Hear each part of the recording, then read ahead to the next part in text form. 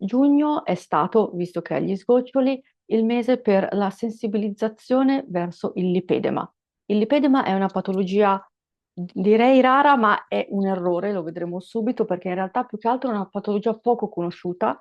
femminile, spesso stigmatizzata proprio in quanto poco nota e che può avere un impatto notevole sulla qualità di vita e lo può avere in diversi ambiti. Eppure, appunto, ci sono oggigiorno ancora, come si può dire, dei pregiudizi, dei preconcetti e poca conoscenza. E quindi questo video vuole essere un video per parlare del supporto alla persona, alla paziente con lipedema e per aiutarla a muoversi anche a livello psicologico, che non è mai scisso da quello fisico, in questo percorso, dato che avere una patologia poco conosciuta, poco compresa, può essere un ulteriore fardello oltre alla sofferenza che la condizione fisica porta con sé. Buongiorno, io sono la dottoressa Alessia Ghisimigliari, psicologa, sono formata in neuropsicologia e in psiconeuroendocrina immunologia e se volete iscrivetevi a questo canale che tratta tematiche molto variegate in termini di psiche, ma psiche intesa ampiamente perché la psiconeuroendocrina immunologia, e in questo caso, nel caso del lipedema, è particolarmente importante sottolinearlo, è un paradigma che considera come tutti i vari aspetti dell'individuo, tutti i macrosistemi corporei e la psiche interagiscono e si influenzano tra loro. Dunque, benvenuti e soprattutto in questo caso direi benvenute. Ho pensato di fare questo video proprio perché dedicandomi spesso come psicologa al supporto della disabilità, dei caregiver e delle patologie rare, sconosciute, invisibili, bene, il lipedema è una di queste, è anche una patologia che mi è capitato di conoscere da vicino, ma è capitato più o meno a tutti voi di conoscerla da vicino, perché quando si parlava inizialmente pochi minuti fa, pochi secondi fa, di patologia rara, correggendosi subito, è perché di fatto la stima, ed è una stima per difetto, è che il lipedema colpisca addirittura l'11% delle donne, quindi chiamarla rara è un pochino fuorviante. Quando si ha una patologia poco nota, ecco, questo è un termine più adatto, perché molte donne che hanno il lipedema, soprattutto negli stadi iniziali, non sanno di averlo, ci si ritrova a dover affrontare tutta una serie di situazioni, anche emotive, che di solito non si incontrano nelle patologie, di altro tipo, soprattutto in quelle patologie che non sono a, io le chiamo forte impatto visivo. Cosa vuol dire? Il lipedema in realtà ha un forte impatto visivo e un forte impatto estetico, ma non nel modo in cui si concepisce, tra virgolette, la sofferenza. Noi siamo creature altamente visive, ci siamo evolute per poter contare tantissimo su tutti i nostri sensi, ma in particolar modo sul senso della vista. E come ogni essere umano tendiamo a farci delle idee che spesso ci creiamo in poco tempo, in pochi secondi. È un meccanismo atavico con cui bisognava scegliere quali fossero i pericoli o le risorse che ci circondavano e che può essere ancora oggi molto fuorviante. È naturale farsi degli stereotipi un po' su tutto e questo anche sull'idea che si ha di malattia e disabilità. E spesso quello che succede è che se la persona che ho davanti, magari portatrice di un dolore cronico o di condizioni che hanno trovato spesso molta difficoltà a essere riconosciuti e poca dignità rispetto a quello che meritavano, pensiamo semplicemente alla fibromialgia, il risultato è che la persona sofferente non viene riconosciuta come tale. E quando si è in uno stato di sofferenza si ha sempre bisogno di essere riconosciuti nella propria battaglia, si diventa un pochino anche,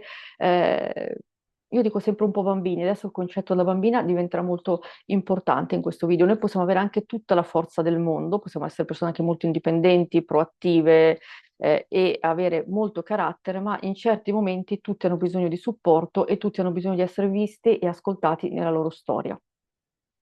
Il lipedema si appare fisicamente ed è tra l'altro, quando si fa particolarmente importante, una problematica che colpisce in maniera notevole la componente di percezione del sé corporeo della donna, perché il lipedema è spesso confuso con l'obesità, anche se noi abbiamo tantissime persone che ne soffrono e che portano una sproporzione a livello corporeo. Cosa vuol dire? Una donna che ha un lipedema, farà una dieta, mh, attività sportiva, anche una vita sana, e si accorgerà che c'è un dimagrimento magari nella parte superiore del corpo, escluse forse le braccia in alcuni casi, mentre sotto, tra virgolette, resta una proporzione molto più ampia.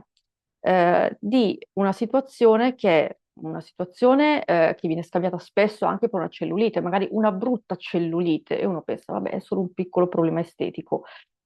e di fatto non lo è, perché quello che ancora è da sondare è molto, ma si sa che il lipedema è legato a fattori ormonali, quindi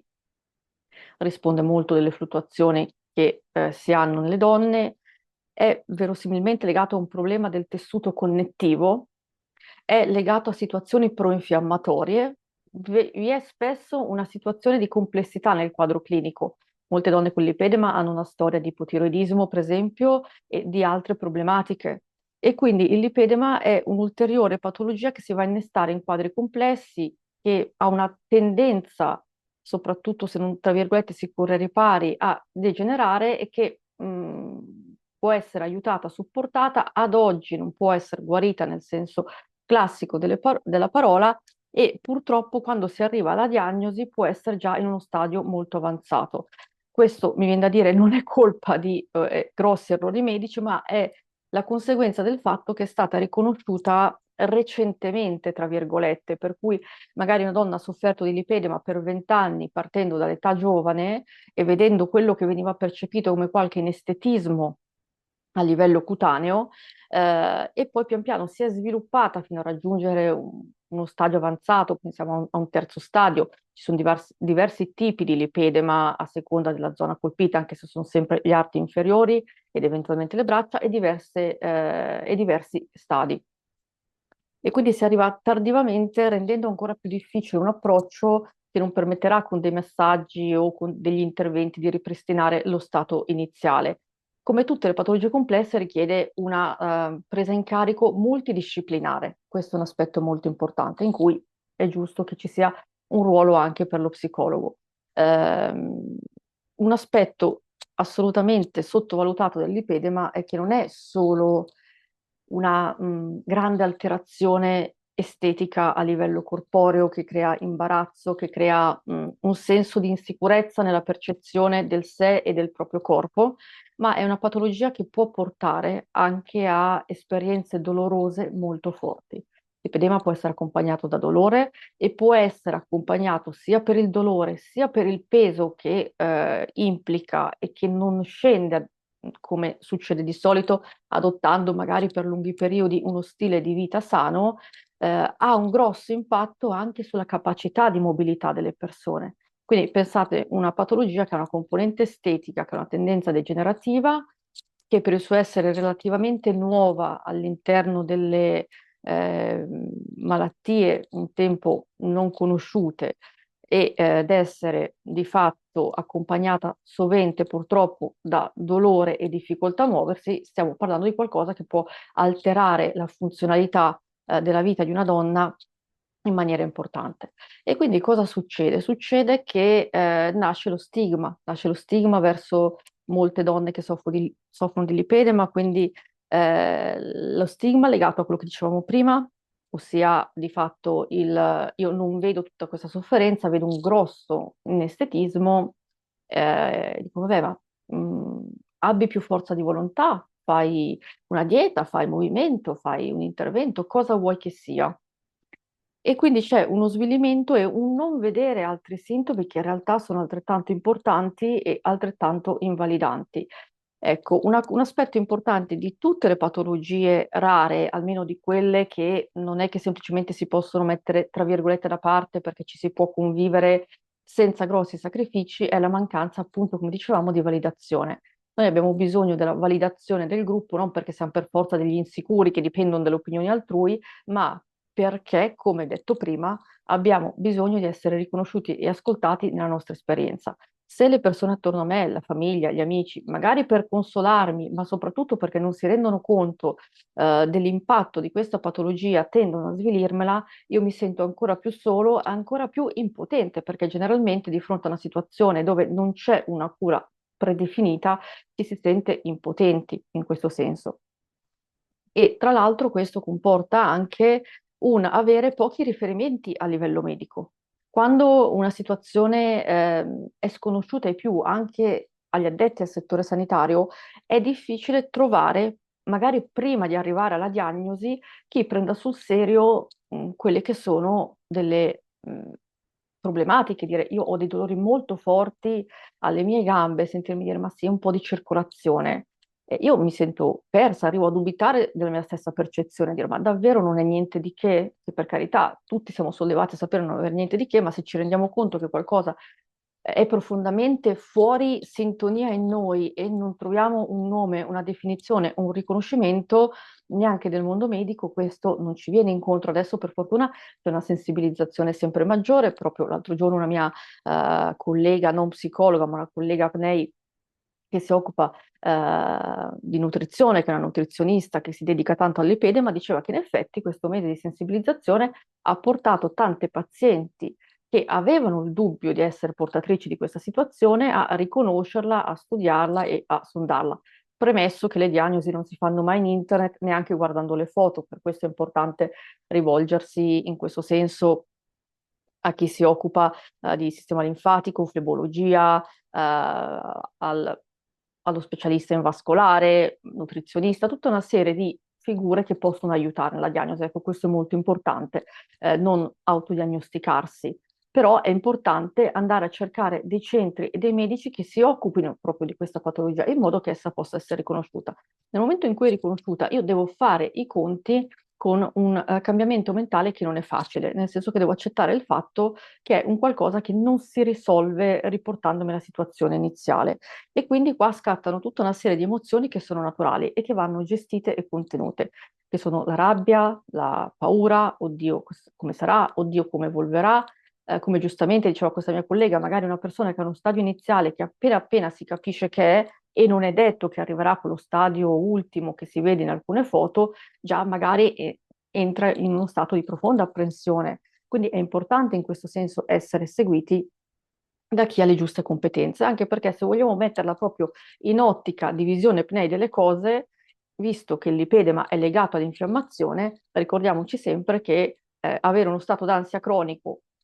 è una situazione pro-infiammatoria alla fine, a livello fisico, proprio perché non c'è una distinzione mente-corpo. Quindi se lavoriamo anche sugli aspetti ansiosi comprensibili che si abbiano, ci diamo una mano da un punto di vista psicologico, ma secondariamente anche dal punto di vista fisico. Dato che è molto difficile riuscire a essere funzionali e, tra virgolette, passatemi il termine informale, sul pezzo,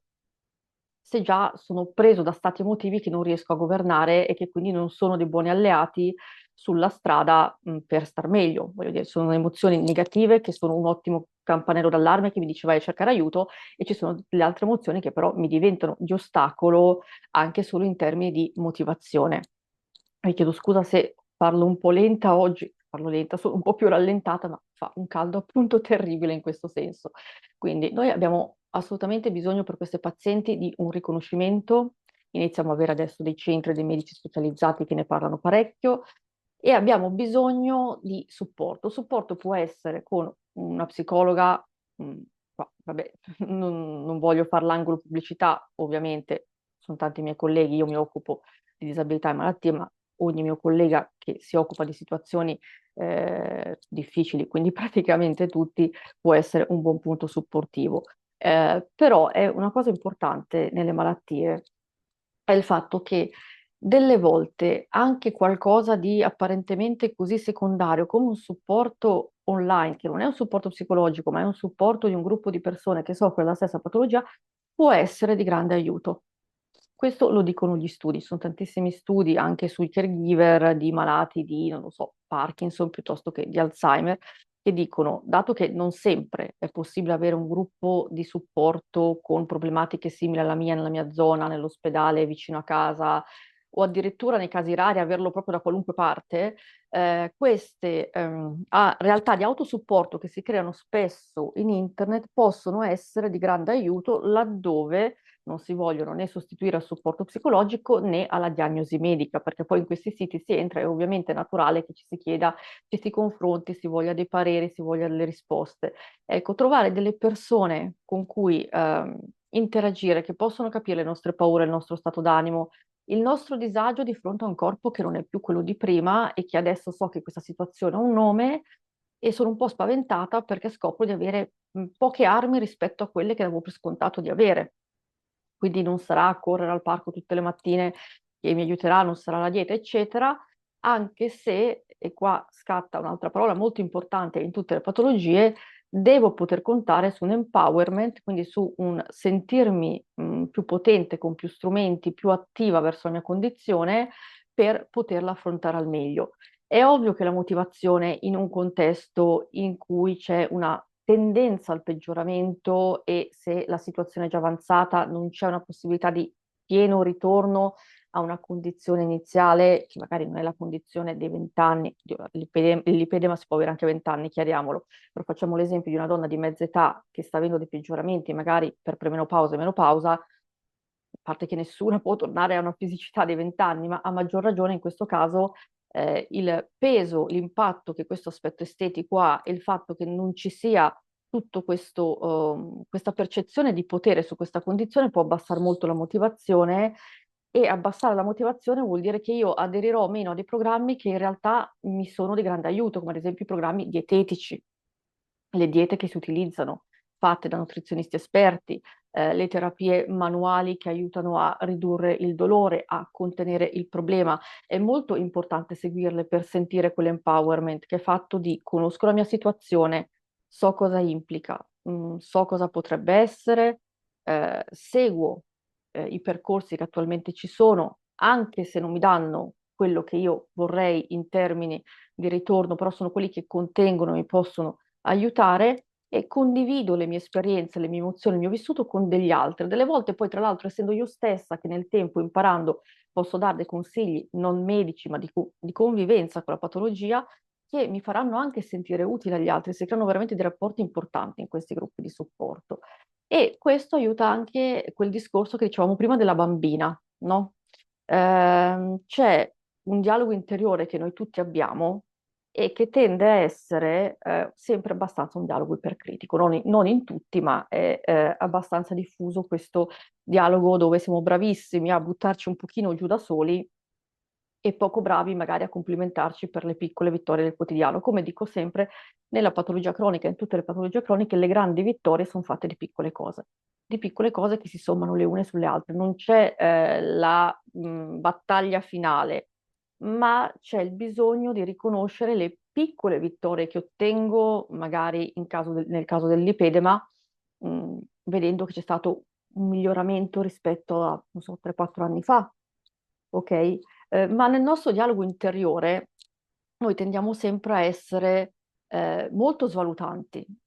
C'è una voce critica che delle volte può essere uno stimolo a migliorare, delle altre può essere il peggior nemico. Le parole hanno un potere enorme, le parole hanno un potere di far dichiarare guerre e far firmare trattati di pace. Delle volte dovremmo essere dei buoni diplomatici con noi stessi, ma soprattutto dovremmo essere dei buoni genitori verso questa bambina di cui parlavo. E chi è questa bambina? È quell'aspetto di noi con cui, soprattutto nell'ipedema, il rapporto è in conflitto. Una bambina perché chiunque in uno stato di fragilità e di stupore di fronte a qualcosa che non riesce bene a comprendere e che è nuovo nella sua vita ha la stessa delicatezza di una bambina a cui bisogna parlare, e quindi siccome si fa questa profonda fatica a rivolgersi a se stessi con la giusta gentilezza, mi viene da dire, perché si crea anche, e questo è bruttissimo, si può creare anche un rapporto di, io non voglio usare la parola forte, astio, ma di conflitto con se stessi, quella figura allo specchio di donna che mi fa vergognare di andare in spiaggia come se fosse una vergogna, l'essere fisicamente in questo modo, questo corpo che tocco e l'embodied cognition ci insegnano l'importanza del corpo nel sentirci integri, completi e nel vivere in armonia. Mente e corpo non si possono dividere, apprendiamo anche attraverso il corpo. Io tocco un corpo che non riconosco più, un corpo che non mi piace vedere, un corpo che non è come era prima e che mi provoca dolore, che mi rende difficile fare le cose. E fare le cose con dolore, con fatica, con difficoltà nel movimento e nello spostamento, è ovvio che impatta sul mio umore e impatta anche sulla mia femminilità. C'è una forte componente di femminilità che si sente, tra virgolette, frustrata da questa condizione. la femminilità è un costrutto complesso, interiore, è un modo di essere, sentirsi nel proprio femminile che va al di là ovviamente di come appaio, ma sarebbe ipocrita dire che una condizione come il lipedema riesce a essere affrontata da tutte senza sentire delle insicurezze a livello estetico e a livello di come io mi piaccio e quindi di come io mi presento nel mondo, poiché il fatto di piacere a se stesse anche esteticamente dà un feedback di sicurezza nel mondo. Siamo tutti d'accordo che è importante come siamo dentro, tutto quello che vogliamo, ma è gratificante, quindi demoralizzante riscontrare un gap tra il mio sentirmi leggera dentro e il mio invece vedere un corpo che mi sento come se mi avesse tradito. Però questo non è un corpo che ha tradito, questo è un corpo che è stato tradito da un qualcosa che gli è accaduto. E qua subentra la bambina, il fatto di immaginarsi delle volte come se al posto di essere delle adulte con un self-talk, un autoparlarsi negativo, critico, guarda come sono, Dio che vergogna, come faccio a presentarmi così, ecco, non posso fare quello, non posso fare quell'altro, tutto legittimo, tutto lecito, frustrazione e rabbia comprese, ma in quel momento divento anche la mia peggior nemica. E allora istintivamente l'immagine di una bambina che ha bisogno di essere accompagnata, che ha bisogno di essere rassicurata, che ha bisogno di essere presa per mano e sentirsi dire che ok, ce la possiamo fare, non sei sola, funziona perché è un'immagine che aiuta a stimolare quella gentilezza, quella tenerezza che verso noi stessi tante volte non abbiamo,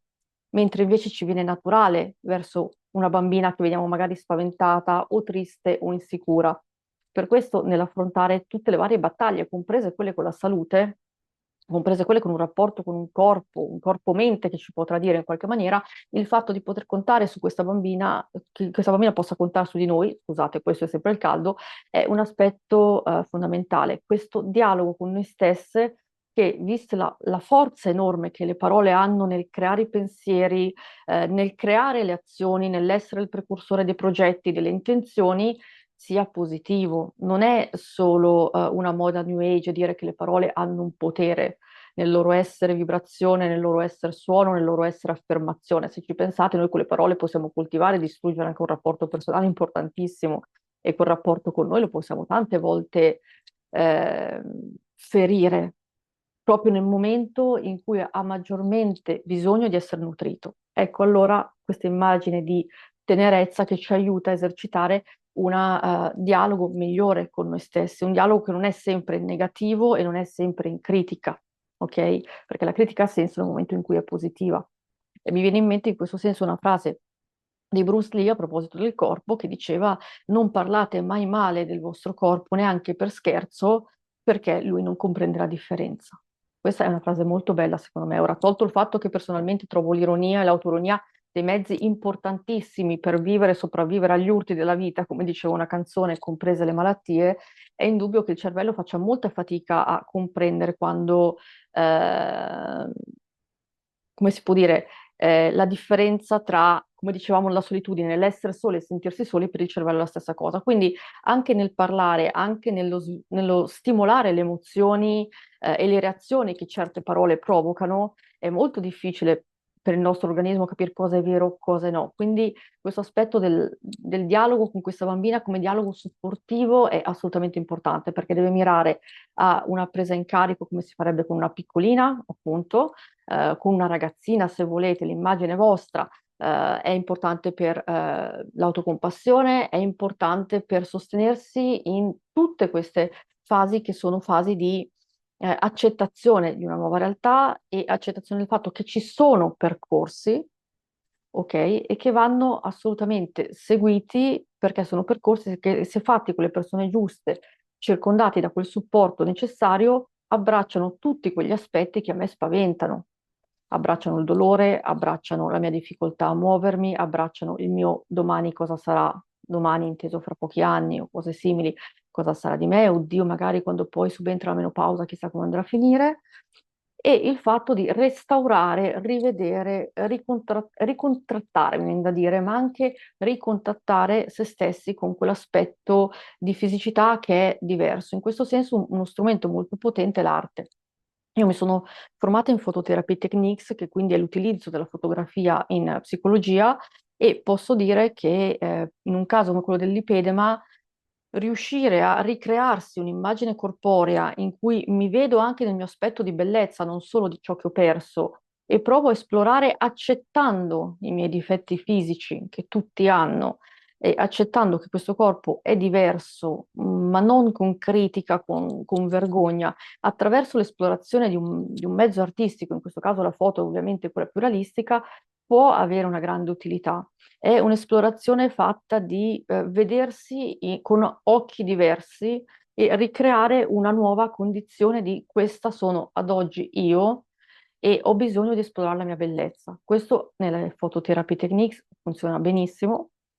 Ovviamente deve funzionare, anzi, ovviamente funziona anche negli altri aspetti artistici. L'arte non è semplicemente un hobby, è un grande modo per esprimersi, per esprimere anche quella sofferenza che delle volte non si riesce bene col verbale, per esplorarsi e anche per tranquillizzarsi, per entrare in quello che si chiama in psicologia positiva lo stato di flow, quello stato che ci permette di concentrarci su un hobby e ci permette quindi di staccare da pensieri che sono intrusivi, ma di entrare in un contesto in cui ci riconnettiamo con quello che stiamo facendo in uno stato di positività. E queste sembrano cose banali da spiegare, ma sono molto profonde e difficili assolutamente da raggiungere. Lo stato di flow è molto discusso in questi anni, in realtà non si raggiunge solo attraverso azioni artistiche, ma in generale attraverso tutti gli hobby che noi possiamo avere. È importante anche questo, laddove è possibile, tentare di continuare a coltivare quegli hobby che abbiamo sempre avuto, perché ci permettono di riconoscerci in quella che è la nostra identità, in quello che siamo al di là di quello che stiamo vivendo, perché quello che abbiamo influenza quello che siamo, ma quello che siamo è molto di più della somma di tutte le parti, compreso la parte di ciò che abbiamo e stiamo vivendo. Quindi potersi riconnettere a quegli hobby laddove è possibile. È ovvio che se 20 anni fa teniamo conto che l'ipedema non tende a peggiorare a una velocità della luce, tende a essere una cosa molto graduale, forse in questo senso è particolarmente subdola. Di fatto, se il mio hobby è correre tutte le mattine e arrivo a un lipedema particolarmente sviluppato, mi è difficile. Però riuscire a coltivare quegli hobby che abbiamo sempre avuto è importante ed esplorare la nuova corporeità che in realtà non si è formata nottetempo, ma di cui magari stiamo diventando consapevoli adesso che abbiamo la diagnosi, è assolutamente fondamentale. E a proposito di correre, se anche magari non si riesce a correre perché si ha dolore o quant'altro, è importante, e questo ovviamente verrà gestito poi dal personale sanitario di competenza, ma è importante anche a livello psicologico per la produzione di neurotrasmettitori, per il nostro umore, per il nostro sentirci attivi, visto che movimento ed emozioni non sono cose che si possono disgiungere così facilmente, occuparci anche del movimento, per come lo possiamo fare. E in questo senso, se prima parlavamo della madre, della bambina, scusate, qua veramente il caldo sta uccidendo, vi sta morendo la psicologa in diretta. Se prima parlavamo della bambina, è il caso di parlare della madre. Chi è la madre? Ovviamente in questo caso la bambina siamo noi che ci rivolgiamo a questa bambina, ma la madre qua la intende in maniera diversa. La madre sto intendendo l'acqua. Ora, non tutti hanno un bel rapporto con l'acqua e non tutti sanno nuotare, però se avete un buon rapporto con l'acqua, sapete nuotare e il vostro medico che si occupa del vostro caso di lipedema è d'accordo, l'acqua è un potentissimo mezzo che oltre a dare tantissimi benefici fisici, dà tantissimi benefici psicologici, soprattutto in questo caso, perché io in acqua torno ad essere leggera. Io ho bisogno di esplorare quella leggerezza interiore, quello scatto verso l'alto che non sento più mio perché mi sento in un corpo che oggettivamente pesa, che oggettivamente fa fatica a muoversi, laddove la vita deve fluire, potersi muovere, poter danzare, come vedete i quadri alle mie spalle. Quindi quella leggerezza in acqua si riesce a ritrovare se in assenza di gravità, il dolore di solito viene attutito, ci si può appunto muovere ed esplorare dei range di movimento che non si riesce magari più ad attuare sulla terraferma, lo stato in cui si è. Si può riconnettersi con quella parte di leggiadria che ricorda tantissimo il logo molto bello che ho visto dell'Associazione Italiana dell'Ipedema, che è la figura di una donna, ovviamente con dei fianchi abbondanti, delle gambe importanti, ma con delle alucce. Io lo trovo bellissimo quel logo perché l'esplorazione di una leggerezza interiore passa anche da una leggerezza esteriore che posso ritrovare in contesti come appunto quello dell'acqua, quindi della piscina, del nuotare, o se non nuotare il semplice muoversi in acqua e rendersi conto, prestare consapevolezza nel qui e ora, che è una parte molto importante e molto difficile per tutti, di quello che è il mio corpo, di come si muovono le mie gambe, di come si muove tutta la mia fisicità in acqua, dove ha una sua eleganza, una sua grazia e appunto una sua leggerezza. È un modo per, passatemi il termine, entrare in un'intimità felice con la propria completezza fatta di mente e di corpo. E un altro fattore che può aiutare tantissimo, che uno dice, ah, è la moda del secolo, no, sono cose che veramente impattano, sono le forme meditative o discipline dove è possibile farle come il Tai Chi Chuan. La meditazione, noi prendiamo la mindfulness, per esempio, è una meditazione che può avere effetti positivi enormi su come stiamo, sulla consapevolezza, sul qui ora, sul lavoro, sul corpo, ok? Soprattutto se fatto da professionisti. Prendiamo tutte quelle discipline dolci che sono alla nostra portata e ci servono appunto non solo con le parole a creare un trattato di pace con il nostro corpo. E se possiamo, entriamo anche in uno stato di natura. Stare in natura è fondamentale. Stare in natura ci riconnette come suoni, come sensazioni a qualcosa di atavico, di ancestrale e è un tema a me molto caro in questo senso e tra l'altro socialmente si è più rilassati in natura, ci si sente meno in dovere di dimostrare un'apparenza e un modo di essere e di fare che deve sempre entrare in canoni impossibili da rispettare, ecco. Questi sono piccoli suggerimenti legati appunto alla validazione, all'empowerment, al supporto, all'entrare in contatto con questa bambina, attraverso la compassione, attraverso la parola, al non rinunciare a coltivare i propri hobby, al conoscere persone che hanno il mio problema, a informarmi, a seguire le vie che ci sono, a fare arte se mi piace perché è importante, seguire le mie passioni, poter stare in natura, potermi muovere come posso, possibilmente in quell'elemento materno che dicevamo prima, che è l'acqua, che più di tutti mi restituisce le mie, tra virgolette, ali. Questi sono solo piccoli suggerimenti perché, come dicevamo prima, nelle patologie sono le piccole cose che si sommano che fanno la differenza. E spero con questo video, che voleva essere più breve e meno incespicato da temperature assurde, di aver dato un qualche spunto per tornare a quella leggerezza interiore, ma soprattutto a quel rispetto e a quell'affetto che soprattutto, mai come ora, vi dovete. Tanti auguri.